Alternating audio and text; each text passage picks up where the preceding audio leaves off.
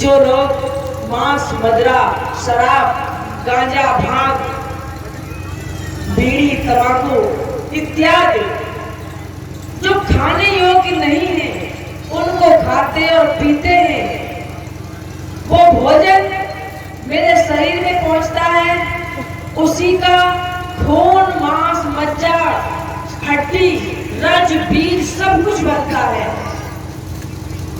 अब जब खून हमारा उस गलत अवच्छ भोजन का है तो शांति कैसे आ सकती है? कहते नहीं लोग कि उसकी बात सुनते उसका खून खोल गया।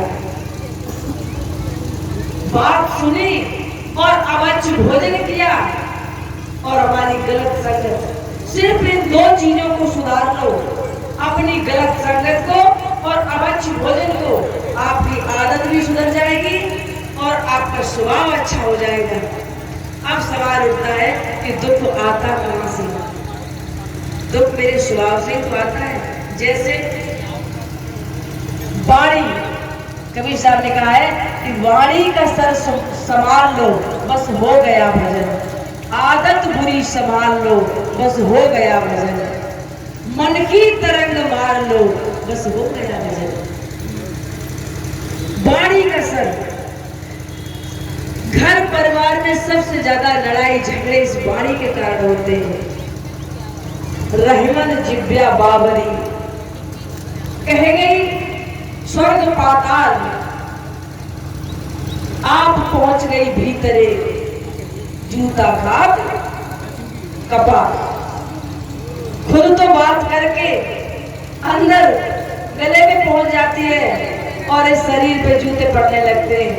इतनी बड़ी लड़ाई झगड़ा बनने लगता है कि लोग एक दूसरे का कत्ल कर देते हैं, हत्या कर देते हैं। सामने वाले की हत्या कर दी और खुद बकाया जीवन जेल में काटा। इस वाणी का सर संभाल लो। वाणी ही बीड़ा का काम करती है और वाणी ही बाण का काम करती है। हमारी माताएं बहनें अक्सर इसी पे तो लड़ाई होती है कि सास ने ये शब्द कह दिया, बहू ने ये शब्द कह दिया, देवरानी ने ये शब्द कह दिया, जेठानी ने ये शब्द कह दिया और उसी शब्द को बड़े नम्र भाव से कह दो कि माता जी आप ऐसा कर दो। माता जी कहते बहू को कि बहू तुमने ये गलती की है, ऐसा सुधार लो। थोड़ा सा वाणी में नम्रता ला गई। हम ये कहते हैं हजारों घरों में सुख और शांति और झगड़ा खत्म होकर सुख और शांति स्थापित हो सकती है, लेकिन वाणी का भी नंबर बाद में आता है। पहले उन्हीं दो चीजों का, मेरी संगत ठीक नहीं है और भोजन सही नहीं है तो वाणी सुधर नहीं सकती है। और वाणी सुधरने के लिए सबसे पहले उन दो चीजों पर गौर कीजिए। और वाणी हमारी सुधर गई मन से, वचन से, कर्म से। तीन प्रकार से कर्म हमारे ऐसे होते हैं जिन कर्मों के कारण मुझे सुख और दुख प्राप्त होता है। कि को न काऊ को सुख दुख दाता, निज कृत कर्म भोग सब भाता। ये बात हमेशा याद रखना। माताएं मैंने इधर उधर न देख के मेरी तरफ देखें। ये आपके सुख और आनंद के लिए बात कही जा रही है कि कोई भी व्यक्ति मेरे सुख और दुख का अधिकारी नहीं है। निज कृत कर्म, सिर्फ आपको अपने कर्मों को सुधारना है, क्योंकि कर्म ही पूजा है। कह दिया गया है कि अच्छे कर्म ही पूजा है। किसी मंदिर मस्जिद में किसी मूर्ति के सामने घंटों आप नाक रगड़ते रहिए, मेवा फल फूल मिष्टान चढ़ाते रहिए और आपके कर्म गलत हैं, आप कभी सुखी हो नहीं सकते। इस बात को दावे के साथ कहते हैं। सबसे पहले अपने कर्म सुधारिए और जीवों के प्रति दया करिए। पत्थर के प्रति दया नहीं, एक पत्थर को आप घी मिठाई पूजो, जल चढ़ाओ या उठा के उसे फेंक दो, उसके अंदर कोई संवेदना नहीं होती है, उसे कोई दर्द नहीं होता है। लेकिन क्या हम पत्थर को तो पूजते हैं और जिंदा को तो पीटते हैं, अपशब्द बोलते हैं, क्रोध करते हैं, अपमान करते हैं। और मेरे दुख का यही कारण है। बदले में घूमकर वही चीजें आती है मेरे आगे, मेरे सामने दुख पैदा करने के लिए। तो मुझे सुखी होने के लिए सबसे पहले अपने कर्म सुधारने हैं, मन से, वचन से और शरीर से। 3 ही चीजों से अपराध होते हैं और 3 ही चीजों से पुण्य कर्म होते हैं। शरीर से आप किसी को तमाचा शरीर से ही तो मारते हो। और ज्यादा बात बढ़ी तो गले में, कमर में लटकी हुई राइफल निकाली, गोली मार दी, अपराध बन गया। वाणी से आप गाली देते हो, आप शब्द बोलते हो, झूठ बोलते हो, निंदा करते हो, और वो भी अपराध बन गया। और तीसरा अपराध मन का। आप भले ही आप अपने कमरे में बैठे हो और पड़ोसी के लिए गलत सोच रहे हो, मन से ही तो सोचते हो, उसके दरवाजे तक नहीं गए, न गाली दी, न थप्पड़बाजी की, लेकिन मन से सोच रहे, जलन कर रहे, ईर्ष्या कर रहे हो पड़ोसियों से, उसका भी अपराध बनता है। ध्यान रखना, ये मत सोचना कि हमने तो मन में सोचा था और हम दुखी कैसे हो गए। मनसा वाचा कर्मणा, तीनों से ही अपराध बनते हैं और तीनों से ही पुण्य कर्म होते हैं।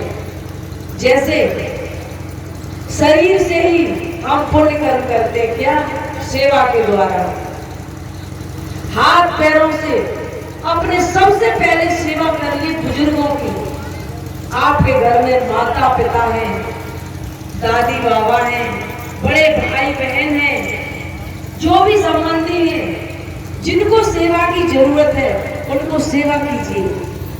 इस शरीर से, ये शरीर मृत्यु के बाद 2 मुट्ठी राख में बदल जाएगा और इसका कुछ नहीं होगा।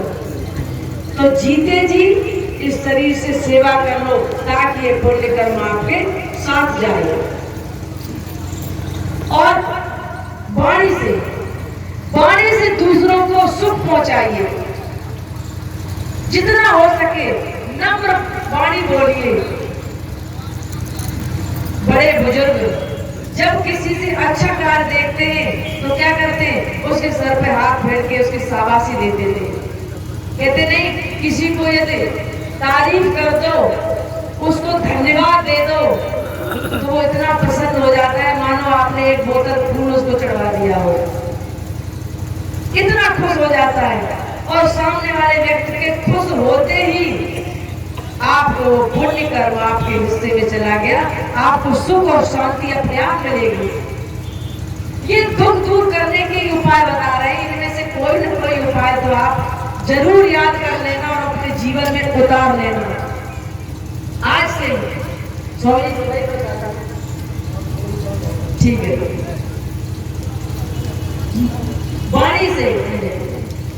वाणी से दूसरों को, घर परिवार में यदि किसी ने काम किया, उसकी तारीफ कर दी कि शाबाश बेटे तुमने बहुत अच्छा कार्य किया। अच्छा पढ़ने वाले बच्चों की पीठ थपथपा दी कि बेटा शाबाश, इसी तरह पढ़ते रहना, तो प्रसन्न हो गया।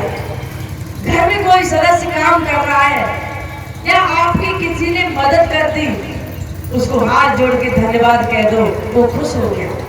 तो ये समझ लो आपने पुण्य कमा लिया, बिना लिए दिए, कुछ भी खर्च नहीं हुआ, 2 शब्दों का एर फेर मिलान है।